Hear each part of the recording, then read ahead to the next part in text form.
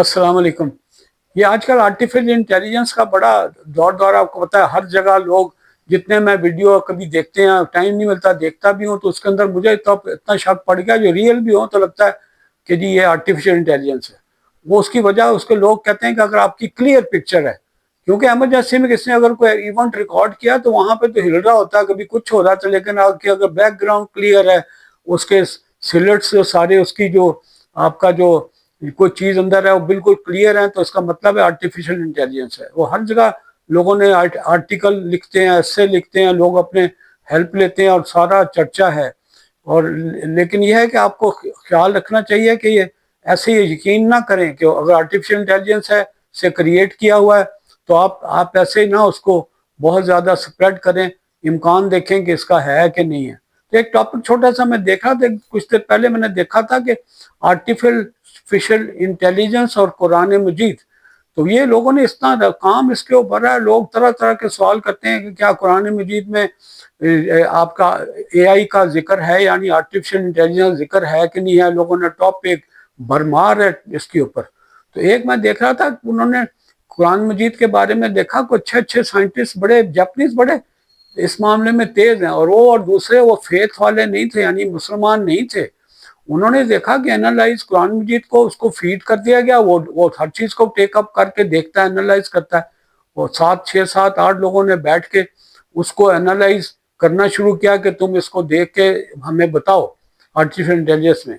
तो artificial intelligence वाले जो भी इसके पीछे बैकग्राउंड है, कंप्यूटर है, जो भी ब्रेन है सारे, वो आज तक कहते हैं जब उसने पढ़ना शुरू किया तो वो उसने जब एनालाइज किया तो वो जैसे कहते हैं ना शशदर रह गया, यानी उसका तो सांस जैसे रुक जाता है, वो गैप आ जाता था एनालाइज करते करते। वो कहता no no wait, it's not possible, कि वो फिर वापस जाके फिर एनालाइज करता था, फिर करता था, तीसरी बार करता था, आखिर में कहता था ये हाउ इट्स पॉसिबल, ये ह्यूमनली पॉसिबल ही नहीं है। इसके अंदर कैलकुलेशन है, इनका अल्फाज का चुनाव, उनकी मिकदार, उनके अंदर डुप्लीकेशन है कि इतने बार से इतने बार हुआ है और वो कभी आगे पीछे नहीं हुआ।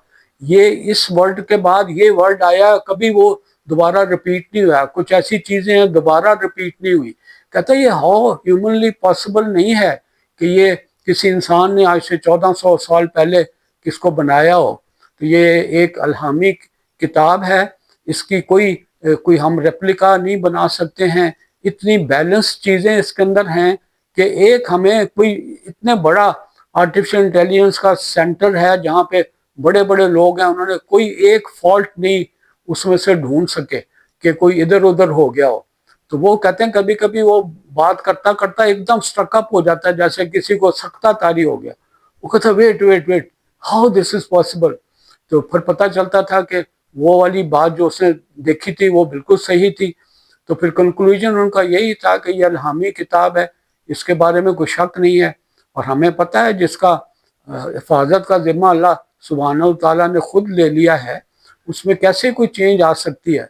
उसमें ऐसी ऐसी चीज़ें हैं, ऐसी ऐसी चीज़ें हैं जो आप अभी तक लोगों को पता नहीं, और 1400 साल पहले इसमें लिख दी गई हैं। तो ये जस्ट देखें, इसके बड़ी इंटरेस्टिंग टॉपिक है, रोज़ लोग तकरीरें कर रहे होते हैं उसके ऊपर।